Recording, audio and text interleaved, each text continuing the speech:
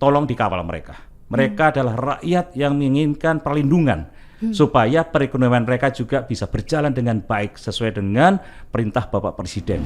Kemudian ada mafia tanah, dia nggak bisa ngaku-ngaku. Kalau dia ngaku-ngaku, langsung kita pidanakan. Dan yang penting adalah komunikasi sosial yang biasa saya lakukan ketika menjadi Panglima TNI.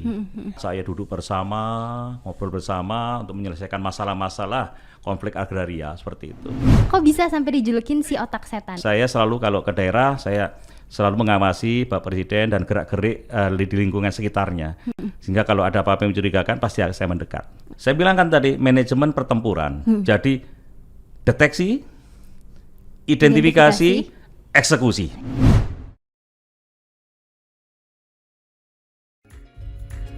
Bincang-bincang seru di podcast Kabinet dan setiap mari dengarkan diskusi hangat dan beraya. Halo kawan Kabinet, ketemu lagi di podcast Kabinet dan Sekretariat Kabinet. Saya Nadira dari Sekretariat Kabinet yang akan menjadi host kamu pada episode podcast kali ini. Untuk kawan kabinet yang mungkin belum tahu apa sih podcast itu, jadi podcast adalah podcast resmi Sekretariat Kabinet yang berisi ngobrol-ngobrol dan diskusi tentang berbagai topik, mulai dari kebijakan pemerintah, hot issue yang sedang berkembang di masyarakat, sampai profil para menteri, yang tentunya dikemas dengan penyampaian yang ringan dan santai. Nah, hari ini tamu saya adalah sosok yang sangat spesial. Kisah perjalanan hidupnya juga gak kalah spesial kawan kabinet. Beliau memulai karirnya di TNI Angkatan Udara sampai mendapuk pucuk pimpinan TNI tertinggi sebagai Panglima TNI pada tahun 2017 sampai dengan tahun 2021. Nah, baru-baru ini beliau dilantik sebagai salah satu menteri di Kabinet Indonesia Maju. Semua pencapaian hidupnya ini ternyata gak didapatkan dengan mudah loh kawan kabinet, tapi melalui proses yang berliku-liku dan juga jatuh bangun. Pasti pada banget udah gak sabar kan dengar ceritanya langsung? Kita sambut aja ya Menteri Agraria dan Tata Ruang atau Kepala BPN Bapak Hadi Cahyanto.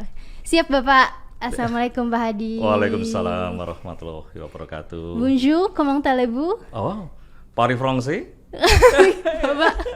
Nah, tapi saya nggak bisa balasnya lagi nih Pak. Berarti Bapak bisa bahasa Perancis ya Pak? Iya, bisa bahasa Perancis. Tapi kalau bahasa Perancis, je parle français mais beaucoup de oublié. Jadi saya bicara bahasa Perancis tapi sudah banyak yang lupa. Oh gitu Pak. Iya. Tapi masih inget dikit-dikit lah ya Pak. Dikit-dikit apalagi sama native kan langsung nyambung. Nah tapi jangan keterusan ngomong bahasa Perancis ya Kenapa? Pak. Karena saya cuma segitu aja bisanya. Cuma bisa greeting aja Pak. Tapi yang jelas saya mau mengajak kawan kabinet untuk mengenal Pak Hadi Cahyanto lebih dekat hari ini.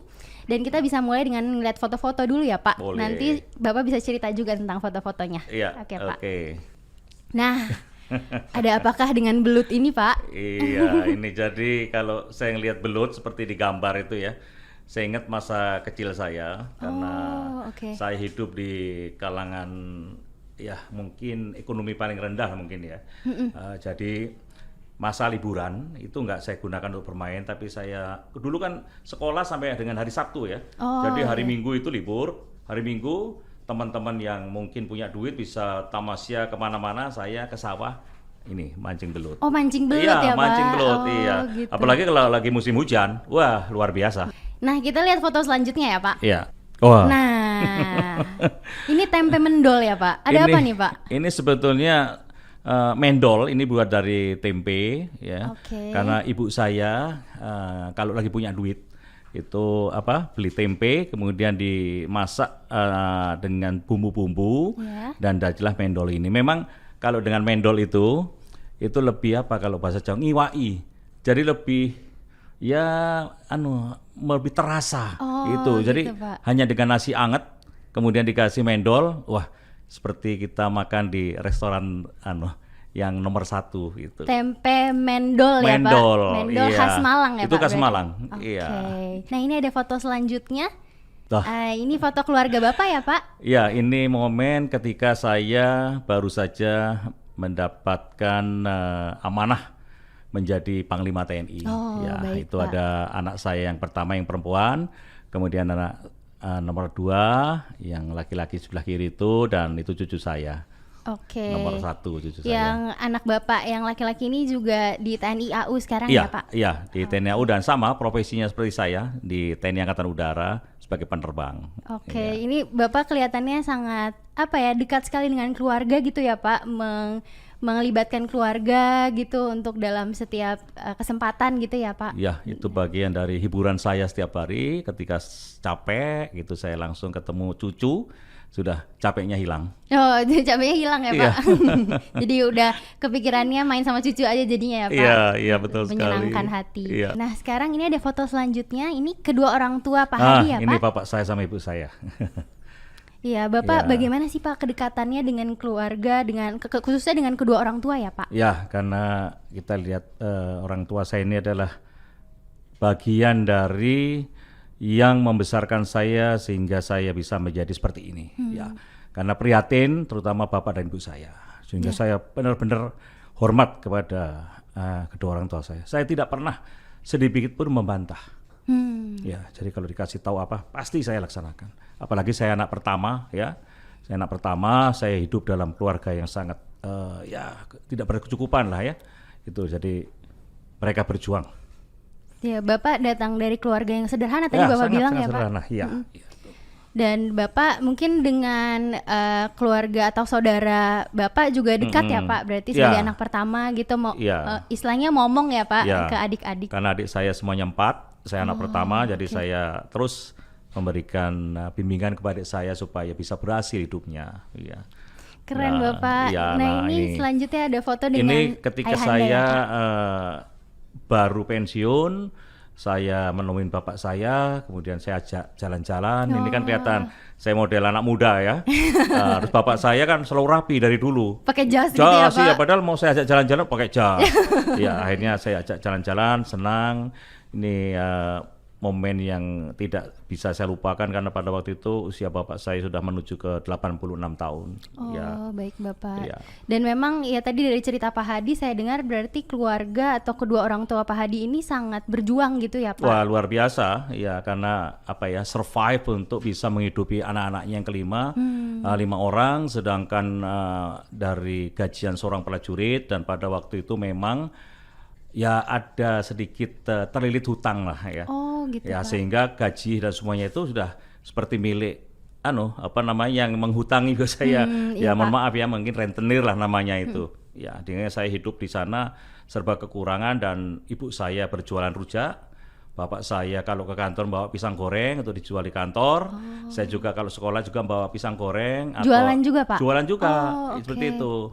Jadi hanya untuk bisa menghidupi keluarga. Ya. Pak, kelihatannya memang struggling sekali ya Pak di masa-masa itu. Dan tapi ada nggak sih Pak mungkin momen yang tidak terlupakan gitu buat Pak Hadi bersama keluarga? Ya, yang bentuk karakter saya adalah kedua orang tua saya dan lingkungan ya. Lingkungan situasi seperti itu, sehingga orang tua saya selalu mengatakan jadi orang harus jujur. Ya. Kemudian yang kedua, menjadi orang itu harus berbuat baik sama siapa saja walaupun kita orang tidak punya. Nah, dua pesan itulah yang sampai sekarang saya bawa. Karena saya pada waktu itu memang ditempa dalam kondisi susah, sehingga 2 pesan itu benar-benar masuk di jiwa saya, dan saya tidak bisa menghilangkan 2 itu. Jadi pedoman hidup ya Pak?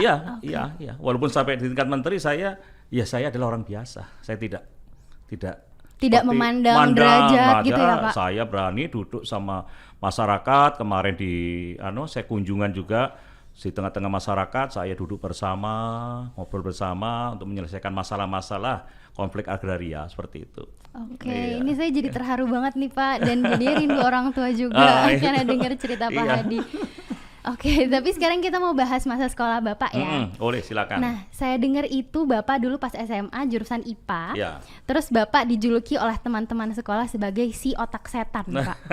Nah, itu gimana ceritanya sih, Pak? Kok bisa sampai dijulukin si otak setan? Ya, jadi berangkat dari situasi ekonomi yang kurang ya, sehingga teman-teman saya kalau belajar dia memiliki literatur yang banyak. Karena apa? Punya duit sehingga dia beli. Nah, saya bagaimana caranya juga bisa mengetahui literatur itu tanpa saya memiliki buku, sehingga saya main ke rumah teman, belajar bersama, dia baca saya dengarkan, dia ngobrol saya dengarkan, ya kan? Apalagi ada pelajaran yang sangat susah pada waktu itu kan kimia ya. Kimia harus menghitung dan sebagainya. Sama, saya juga ngerasa kimia susah banget Pak. Itu seperti itu. Saya ngelihat bagaimana rumusnya, dan harus beli tabel itu kan yang kimia. Oh iya, tabel periodik ya Pak. Periodik. Saya kan nggak bisa. Ya akhirnya saya gambar sudah saya ingat-ingat. Sendiri ya, Pak? Saya ingat-ingat. Oke. Nah, di sekolah setiap ujian saya nilainya selalu bagus. Lah, yang punya buku itu selalu di bawah saya. Nah, gitu, teman-teman saya bilang, wah dasar kamu otak setan. Nah, itu akhirnya terkenal otak setan. Padahal sebetulnya ya kepingin dengarkan, belajar. Jadi mereka menganggap bahwa tanpa buku kok bisa. Dia tidak tahu kalau saya itu adalah orang yang senang mendengarkan. Termasuk sampai sekarang kalau ada siapapun bercerita perintah dari mana saya dengarkan semuanya. Ini luar biasa banget Pak, karena saya dengarnya kalau misalnya si otak setan kayak serem gitu Pak. Tapi taunya ternyata positif banget loh kawan kabinet. Oke Bapak, ini tadi udah ngomongin masa sekolah, kita mau ngelihat satu video dulu ya Pak. Oke, kita tonton dulu videonya. Saya meresmikan pesawat N219 sebagai pesawat Nur Tanyo. Assalamualaikum warahmatullahi wabarakatuh.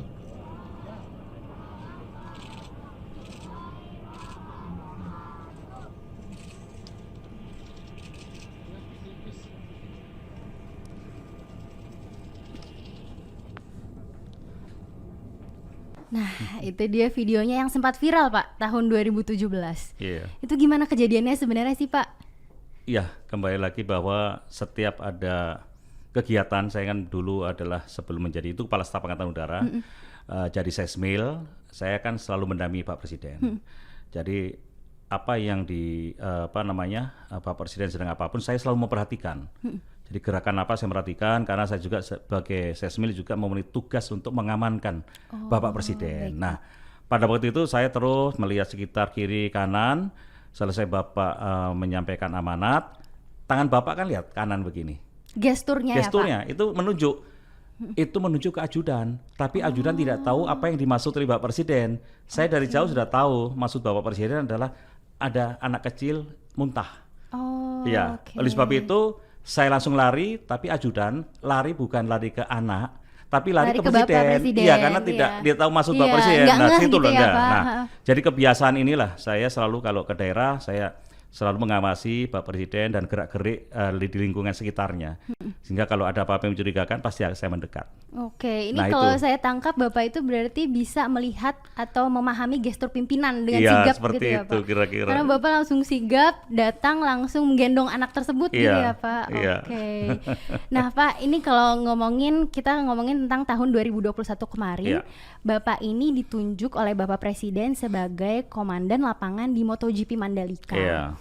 Dan ini acara yang begitu megah dan keberhasilan penyelenggarannya ini ya semacam menorehkan tinta emas gitu Pak untuk Indonesia. Saya mau ngucapin selamat dulu nih Pak. Terima untuk kasih Bapak. banyak Dira. Ya, dan kemudian Bapak juga punya peran penting tentunya di acara tersebut. Tapi ada nggak sih Pak mungkin satu momen yang menurut Bapak tidak terlupakan selama menjadi komandan acara tersebut? Iya, memang ada satu momen yang saya tidak lupa ketika pada hari H sebelum Bapak Presiden datang, pagi-pagi saya sudah di lapangan. Ngecek, kebetulan saya sudah tahu kira-kira yang akan terjadi permasalahan adalah di parkir timur atau parkir barat. Tapi pada waktu itu memang masuk dalam perhitungan saya adalah parkir timur. Kemungkinan akan terjadi jam. Oh, sudah ada prediksi ya Pak? Prediksi, karena saya di sana udah 3 bulan, kira udah tahu. Ketika saya menuju ke sana benar terjadi crowded. Jadi stuck gitu ya Pak? Nah, disitulah saya langsung turun, kemudian ngajak anggota saya pada waktu itu, yang ikut saya untuk mengatur lalu lintas di situ. Bapak ikut turun juga turun. Pak? Tapi kan tidak ada mic, bagaimana? Ternyata di mobil saya itu ada alarm yang bisa kita gunakan untuk pengeras suara. Sehingga di situ kebetulan supir saya juga langsung turun, memerintahkan maju, hop. Nah itu saya ketawa. Waduh, ini kesan yang benar-benar tidak bisa saya lupakan. Saya turun, ngajak anak buah, langsung ngatur lalu lintas dan kami bersyukur lalu lintas semuanya bisa berjalan dengan lancar. Alhamdulillah ya Pak, jadi lancar lagi. Nah ini ya Pak, ada beberapa foto-fotonya Bapak ada di MotoGP Mandalika sebagai komandan lapangan. Dan ini terlihat ceria sekali nih Pak, di sini sedang Ya dengan Pak Kapolda ini, Iya, kemudian Pak Kapolda. Kadisub, karena ini sudah kurang lebih 2 minggu sebelum hari H, saya ngecek di lapangan, semuanya berjalan lancar sesuai dengan skenario saya. Iya. Jadi saya ketemu mereka, saya senang. Mudah-mudahan 2 minggu lagi apa yang kita rencanakan ini bisa berjalan dengan lancar. Alhamdulillah, Dan saya ya, sudah Pak. tahu kira-kira akan terjadi apa, itu sudah tahu karena berdasarkan simulasi-simulasi. Sudah ada prediksi-prediksi Iya, sebelumnya iya, gitu seperti ya Pak. itu. Oke. Nah Bapak, sekarang kita mau bahas peran Bapak sebagai menteri. Pada tanggal 15 Juni kemarin, Bapak ditunjuk atau dilantik oleh Bapak Presiden Jokowi sebagai Menteri Agraria dan Tata Ruang atau Kepala BPN, Iya. Pak.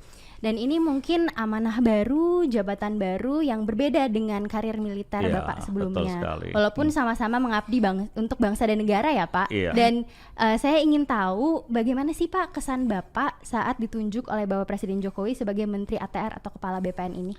Ya ketika itu saya H-1 sebelum dilantik, Spri telepon saya ketika itu jam 17 kurang 10, saya ingat saya sedang olahraga. Oh, Dan oke. Bapak masih jogging. inget jamnya ya Pak? Iya, setelah itu ada berita masuk, saya lihat loh kok dari Spri Presiden, saya tanya, oke. kalau bisa 17.30 sudah di istana karena harus menghadap Bapak. Jadi sisa waktu kurang lebih 30 menit, saya langsung pakai baju, ngebut masuk istana.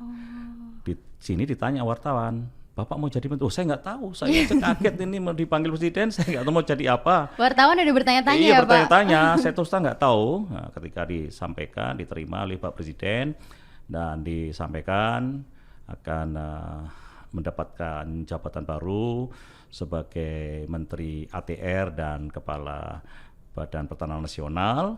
Saya mengucapkan terima kasih dan langsung tercetus.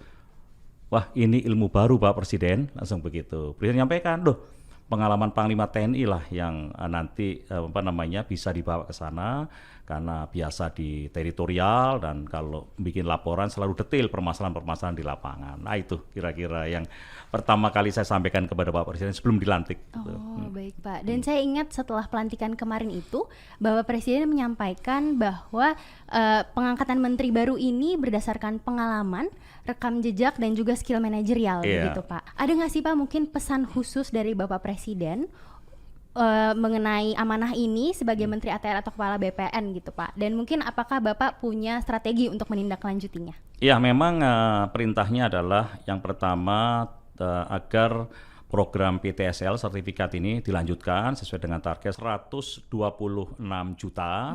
Saat ini sudah terrealisasi sebanyak 80 juta. Oke. Kemudian yang kedua adalah menyelesaikan konflik agraria, ya, dan yang ketiga adalah menyelesaikan tata ruang IKN di Balikpapan. Oke. Ada 3 itu ada ya Pak? 3, berarti? ya. Tapi saya langsung bilang, ini saya kira mudah dengan manajemen pertempuran, manajemen perang itu.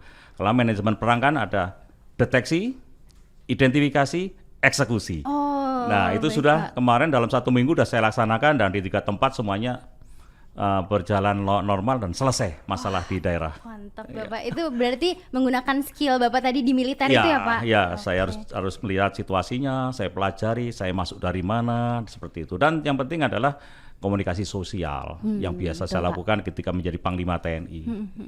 Ini kalau kita lihat foto Bapak terlihat semangat sekali nih Pak saat pelantikan. Ya. Kayaknya optimis sekali gitu Pak. Iya, kebetulan ada teman-teman juga dari media. Ketika saya dilantik menjadi Panglima TNI dengan gestur yang sama seperti ini. Oh. Iya, jadi seperti setting saja padahal enggak. Padahal enggak sadar juga ya, Pak. Karena saya kalau disapa wartawan itu selalu angkat 5 jari atau seperti ini. Oh, oke. Itu seperti kebiasaan kalau di TNI Angkatan Udara sebelum terbang, begitu semua selesai kan pasti kasih kode thumb up. Sebelum terbang gitu ya Iya. Pak. Oh, oke. Bapak ada nggak sih pengalaman saat Bapak pertama kali dilantik menjadi Menteri ATR atau Kepala BPN ini yang tidak terlupakan Pak? Ya, ketika pertama kali saya turun ke lapangan, kemungkinan kira-kira 3 hari setelah saya dilantik menjadi menteri, saya turun ke kota Malang karena di sana ada permasalahan yang cukup menjadi perhatian kita semua, yaitu adanya keinginan masyarakat untuk menggarap tanah yang saat itu dikuasai oleh PTPN 12. Oke. Dan itu masuk dalam kawasan HGU, hak guna usaha. dari 750 hektar itu sudah ditanami masyarakat, yaitu berupa tebu, kemudian ditanami singkong, dan ada talas ya yang mereka selalu panen setiap musim panen. Namun dari pihak PTPN 12 menginginkan tanah itu menjadi tanah garapan mereka. Memang itu masuk dalam wilayah HGU, dan itu kan sudah ada roadmap untuk mereka menanam apa saja. Ya. Kemudian saya mulai pendekatan di PTPN 12 dan saya melakukan pendekatan ke rakyat, dan saya pada waktu itu menemui titik temu ya bahwa musim panen saat ini silahkan dipanen semua. Saya sampaikan kepada masyarakat itu. Kemudian tidak ada yang mengganggu apabila masyarakat panen. Karena selama ini kan diganggu. Wah, ini milik ini. Walaupun dia mengatasnamakan seolah PTPN, padahal sebetulnya orang luar itu, iya kan? Nah, setelah saya angkat, kemudian saya juga memberikan permasalahan bahwa Bapak-Bapak dan Ibu sekalian, tanah ini sebetulnya adalah tanah milik PTPN 12. Ini HGU yang menjadi tanggung jawab PTPN. Oleh sebab itu, setelah musim panen ini, pihak PTPN akan berkoordinasi dengan ibu-ibu sekalian untuk bisa di KSO-kan, kerjasama operasi. Ya, kemudian tetapi nanti Bapak-Bapak dan Ibu sekalian, saya akan bicarakan kepada PTPN. Ya, nanamnya nanam apa?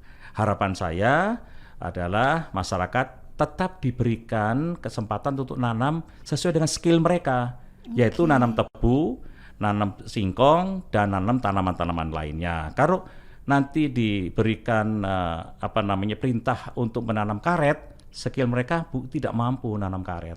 Sedangkan tebu, jagung ini adalah untuk kehidupan mereka. Tapi dengan catatan Bapak-Bapak dan Ibu sekalian ya, saya akan verifikasi betul nggak yang nanam ini adalah masyarakat sekitar sini. Siapa tahu ada orang di luar kampung. Setuju. Dia teriak gitu semua. Karena saya takutnya adalah 750 hektar ini sudah ada bandarnya dari luar yang hanya mempekerjakan mereka. Jadi merugikan masyarakat juga ya Pak? Rugi lagi. Oleh sebab itu saya turunkanlah Satgas. Saya panggil dan Dandim, kemudian Kapolres, Dandim, Kajari, tolong dikawal mereka. Mereka adalah rakyat yang menginginkan perlindungan supaya perekonomian mereka juga bisa berjalan dengan baik sesuai dengan perintah Bapak Presiden. Itu pengalaman di Malang. Sama halnya pengalaman di Kediri. Ada lagi Pak? Ada lagi. Kediri. Jadi 300 hektar itu udah selesai HGU-nya. Masyarakat menginginkan HGU tidak diperpanjang.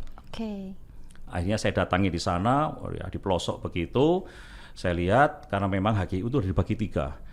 Ada disewakan ke penyewa yang kuat duitnya, tanamin tebu, disewakan lagi ada penyewa yang kuat duitnya ke menanas, yang satu lagi di situ udah ada bukti ikatan jual beli, notaris kan, padahal itu tanah HGU tidak bisa dijual, tapi masih kira-kira masih ikatan jual beli itu kan masih perdata, jadi belum pidana dan tidak masalah, hanya nunggu izin dari menteri. Melihat situasi di situ, saya sudah bisa ngambil kesimpulan.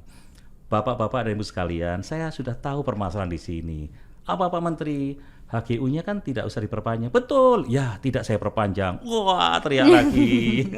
Jadi mendengarkan aspirasi dari masyarakat, tapi tetap ada pengaturannya juga ya Pak? Saya bilang kan tadi, manajemen pertempuran. Jadi deteksi, identifikasi, eksekusi. Saya terapkan juga nih Pak berarti nanti buat pekerjaan. Nah ini kalau misalnya kita bicara mengenai tanggung jawab Bapak gitu, pasti kan tidak terlepas dari tantangan gitu ya Pak. Mungkin ya apalagi sebagai menteri gitu perannya sangat krusial dan kemudian juga tanggung jawabnya sangat besar. Apa yang Bapak anggap sebagai tantangan terbesar Pak dalam menjalani amanah ini? Iya, saya kira hampir semuanya menjadi tantangan karena saya harus bekerja serius, apalagi perintah Pak Presiden itu jelas ada 3, dikaitkan dengan penyelesaian sertifikat. Ini juga bukan hal yang harus ditinggal santai, harus benar-benar, karena untuk sertifikat sendiri saya sudah punya target bahwa sebelum atau berakhirnya tahun 2022 itu ada kota atau kabupaten yang sudah berstatus kabupaten lengkap atau kota lengkap. Artinya seluruh kabupaten itu atau kota itu semuanya sudah disertifikatkan tanahnya. Sehingga itu target Bapak ya? Target, berarti, ya? paling tidak ada setiap provinsi ada 3 atau 4 atau 5 itu ya. Dan memang kepala kantor sudah saya panggil. Kalau seandainya itu bisa terjadi, artinya di Indonesia baru pertama kali wilayah itu bisa tersertifikat secara penuh dan kita bisa sampaikan bahwa wilayah itu adalah menjadi wilayah yang memperlakukan hukum positif. Artinya apa? Hukum positif, ketika ada investor datang, tenang, karena semua sudah tersertifikat dengan baik, aman. Ya, kemudian ada mafia tanah, dia nggak bisa ngaku-ngaku. Kalau dia ngaku-ngaku, langsung kita pidanakan. Iya betul. Itu yang target saya. Dan saat ini belum ada wilayah-wilayah yang memberlakukan hukum positif terkait dengan sertifikat tanah. Nah, kalau tadi ngomongin target Pak, kayak Bapak terlihat optimis sekali. Tapi kalau saya tanya kira-kira dari skala 1 sampai 100, kira-kira seberapa optimis Bapak untuk mencapai target tersebut? Untuk mencapai target dengan kondisi saat ini dan situasi di lapangan yang ada, itu saya katakan 95% saya berani mengatakan itu. Kan yang 5% adalah persentase kegagalan, ada ini itu hanya kurang lebih 5%. Karena saya harus turun ke lapangan. Apa sih Pak sebetulnya yang menjadi perjuangan terbesar Bapak hingga titik saat ini? Saya lahir dari orang biasa. Kemudian saya tumbuh juga dengan serba kekurangan sehingga orang melihat saya pasti sebelah mata. Ya, alah kamu seperti itu masa bisa. Meremehkan ya Meremehkan. Pak? Nah, dengan ketekunan saya optimis bahwa saya bisa meraih bintang. Itulah yang menguatkan dan termasuk doa orang tua. Karena setiap ada permasalahan saya sampaikan ke ibu saya, bapak saya, ora popo, itu bahasa Indonesianya ya tidak apa-apa, pasti akan ada jalan. Bapak sama ibu berdoa dari belakang. Nah, itu menguatkan, langsung bisa berhasil. Saya terharu lagi nih Pak mendengar cerita. Berarti doa orang tua itu sangat sangat ngena di Bapak dan berpengaruh gitu ya Pak. Betul sekali. Dan sampai sekarang saya rasakan itu. Hanya doa orang tua. Memang doa orang tua memang dahsyat. Oke Pak, ini dari tadi saya ngobrol sama Bapak, energi dan semangat positif Bapak itu nular ke saya. Dan saya ini sebagai perwakilan generasi muda jadinya kayak malu gitu Pak, kalau misalnya saya cuman males-malesan aja atau mungkin saya tidak berkontribusi untuk negara. Boleh dong Bapak kasih tipsnya buat kawan kabinet khususnya yang generasi muda, kalimat penyemangat juga supaya tetap tangguh dan juga semangat untuk berkontribusi untuk negara supaya nggak jadi kaum rebahan aja Pak. Saya senang kalau bicara dengan generasi milenial. Ya, saya selalu mengatakan fokus dengan pekerjaannya dan harus ciptakan inovasi. Tadi pagi saya manggil anggota saya yang milenial, saya challenge dia. Kamu bisa nggak merealisasikan keinginan saya bikin sertifikat secara elektronik? Bisa. 4 permintaan saya. Yang pertama adalah bisa mengimplementasikan tanda tangan elektronik. Kedua, bisa mengimplementasikan segel elektronik. Yang ketiga, bisa mengimplementasikan cap elektronik. Dan yang keempat, bisa mengimplementasikan materi elektronik. Kan ada materi yang elektronik ya. Pak. Saya bilang, kalau bisa seperti itu, maka kaum milenial sudah bisa mengamankan wilayah Indonesia, khususnya adalah kita mengamankan dari mafia tanah, ya kan, rakyat terlindungi dan sebagainya. Dan itu banyak menguntungkan karena apa? Karena kita ada yang mengaku milik tanah, kita dicek secara batas, gitu elektronik, Pak. Itu kelihatan batas, luas, koordinat, ini punya hati. Oke Pak. Jadi digitalisasi itu penting juga ya Pak? Sangat penting. Sehingga begitu dicek lagi, benar punya hati, iya, mana orangnya? Ini Pak Sehadi, dicek. Kan ada link dengan Kementerian Dalam Negeri wajahnya, oh ya miliknya Hadi. Gitu. Ini akan melindungi. Sudah saya tantang, saya bilang konsep kira-kira 2 minggu selesai. Dan tantangannya diterima Pak? Iya, saya bilang saya ingin tantang kaum milenial. Saya bilang begitu. Siap Pak, saya laksanakan, bagus. Luar biasa sekali saya mendengar kisah Bapak dari awal tadi. Yang jelas yang bisa saya tangkap adalah tidak mudah untuk menjadi seorang Hadi Cahyanto karena perlu usaha, kerja keras dan juga perjuangan Pak. Saya juga belajar banget dari Pak Hadi tadi bahwa ya tadi doa orang tua itu kunci ya Pak. Kunci. Dan juga tadi semangat untuk meraih cita-cita atau keinginan itu yang jadi paling penting ya Pak. Iya. Terima kasih banyak Terima kasih Bapak. banyak Dira, terima kasih. Dan terima kasih juga untuk kawan kabinet yang udah menonton dan mendengarkan podcast episode kali ini. Mungkin bagi kawan kabinet yang punya ide atau saran ada topik apa atau bintang tamu siapa yang bisa diundang ke podcast episode selanjutnya, boleh banget langsung aja tulis di kolom komentar di bawah ya. Dan jangan lupa untuk subscribe, like, dan share YouTube channel Sekretariat Kabinet dan dengerin bincang-bincang ini melalui platform Spotify. Tunggu episode podcast selanjutnya. Saya Nadira pamit dulu. Bye kawan kabinet. Bincang-bincang seru di podcast kabinet dan Setkap, mari